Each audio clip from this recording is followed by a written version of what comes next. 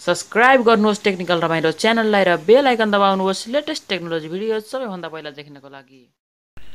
नमस्कार साथीहरु, टेक्निकल रमाइलो हेरेर बसिरहनुभएका सम्पूर्णलाई धन्यवाद।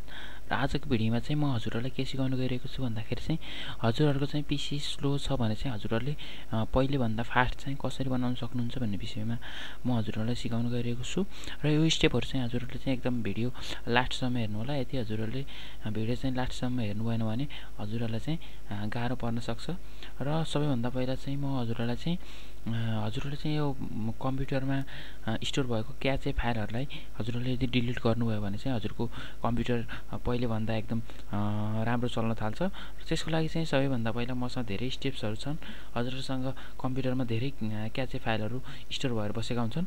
सबैभन्दा पहिला चाहिँ हजुरहरुले चाहिँ रनमा क्लिक गर्नुपर्ने हुन्छ। हजुरहरुले चाहिँ कन्ट्रोल विन्डोज प्लस आर दबाएर चाहिँ हजुरहरुले यसरी रन चाहिँ निकाल्न सक्नुहुन्छ। हजुरहरुले देख्न सक्नुहुन्छ विन्डोज आर दबाउनुस्, हजुरहरुको चाहिँ यहाँ रन अटोमेटिकल्ली ओपन हुन्छ। र फर्स्ट स्टेप भनेको चाहिँ हजुरहरुले रनमा ओपन गरिसकेपछि यहाँ हजुरहरुको चाहिँ लेख्ने ठाउँ छ। यहाँ गएर चाहिँ हजुरहरुले चाहिँ लेख्नु पर्ने हुन्छ पर्सेन्ट टेम्प अनि पर्सेन्ट। हजुरहरुले यति गरिसकेपछि चाहिँ हजुरहरुले ओके गरिदिनुस्। ओके गरिसकेपछि हजुरहरुले देख्न सक्नुहुन्छ यो फाइलहरु यहाँ छ। यो चाहिँ सबै नचाहिने फाइलहरु हो। यसलाई चाहिँ कन्ट्रोल ए मा दबाएर चाहिँ हजुरहरुले चाहिँ शिफ्ट सँग डिलिट गरिदिनुस्। शिफ्ट सँग डिलिट गरिसकेपछि are you sure and want to permanently delete this files भनेको छ। हजुरहरुले चाहिँ यसलाई यस गरिदिनुस्।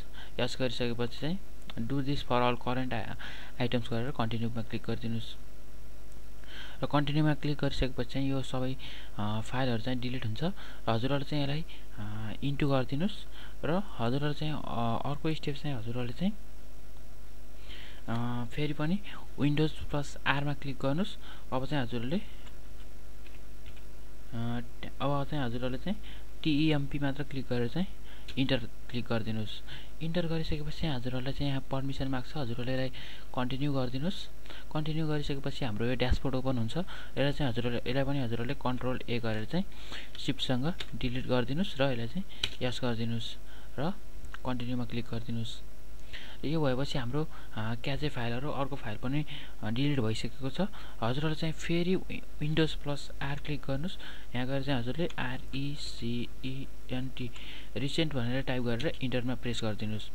र रिसेन्ट भनेर टाइप गरिसकेपछि हाम्रो यत्रो यो नचाहिने फाइलहरु छ। हजुरहरुले यसलाई पनि कन्ट्रोल ए मा क्लिक गरेर चाहिँ शिफ्ट सँग डिलिट गरिदिनुस्। शिफ्ट सँग डिलिट गरिसकेपछि यो फाइल पनि डिलिट भइसकेको छ। यसलाई पनि इन्टु गरिदिनुस्। हजुरहरुले चाहिँ फेरि पनि विन्डोज प्लस आर क्लिक गर्नुस्। र यहाँ चाहिँ हजुरहरुले लेख्नुस्